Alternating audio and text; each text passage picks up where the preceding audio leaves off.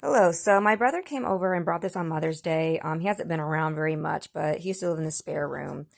And Eric wanted to live in that spare room, but it was just not going to happen. He didn't have a reliable income at the time, and even though he worked and did things and made money on his own, he tried to do things.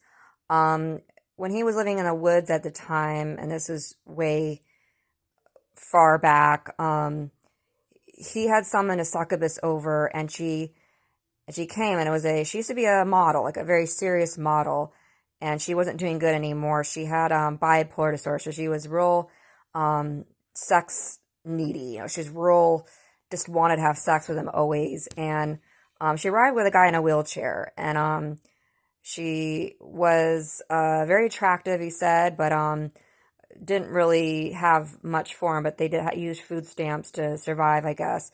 And they lived in the woods, and he had drawn a lot of the Hecate symbol, and it was the triple moon goddess, the mother maiden and the crone symbol, which is a necromancy symbol that I'm very familiar with, that Wiccan symbol.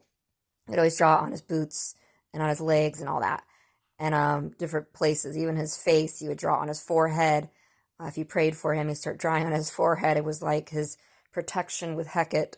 But he very strong connection to that goddess, and so am I connected, which I found to be pretty interesting because I was on Etsy, and this I came across. I didn't look for it, but it came to me, and it's like my bee symbol on my wrist. I saw it, and it's a Turkish glass, and in Turkey there was a religious movement of Muslims that were mixed with Jew, and they joined in with the Carians, which are Greeks, and Romans later on joined, and there were Persians, Egyptians, many different groups joined in, and they mainly offered expensive offerings of grain and uh, meat and grapes, like Cain did to God, and was banished from after he murdered his brother Abel. And they were a very strong civilization. I noticed it's like ancient Rome all over again. We're having issues with we're having a lot of foreigners growing, building up here, and different people moving in, and it's almost like ancient Rome. They were a very strong group, a different sect of occult, and including they join in with Islam and other deities like Diana, and the goddess Diana, which is the goddess of hunt, and different deities came in, of course, with all these different groups and different religious backgrounds, and it just spread out, and people were rebelling, and we're seeing that now.